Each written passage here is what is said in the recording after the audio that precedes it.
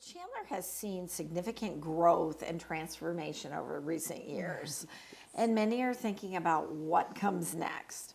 Looking ahead in the coming years, what does success look like for Chandler?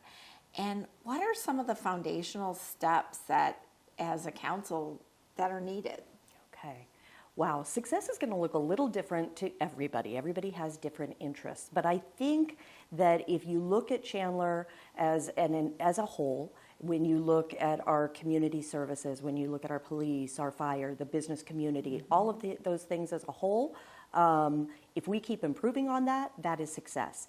We just had a bond election. We had about a 76% approval rate overall, passing $475 million worth of bonds that is going to allow us to reinvest in the community. As far as I'm concerned, that's the residents giving us a stamp of approval and saying the things that we're doing, the way that we're managing their budget is they're happy with.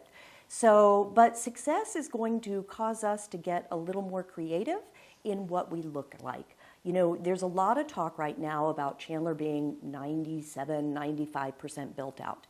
And one thing that I would like to do, you know, my New Year's resolution is to get people to stop saying that in a way that sounds like just because we're built out means we're closed for business, because we absolutely are not. That's true. But from a city standpoint, we need to be looking at codes. We need to be looking at speed to business.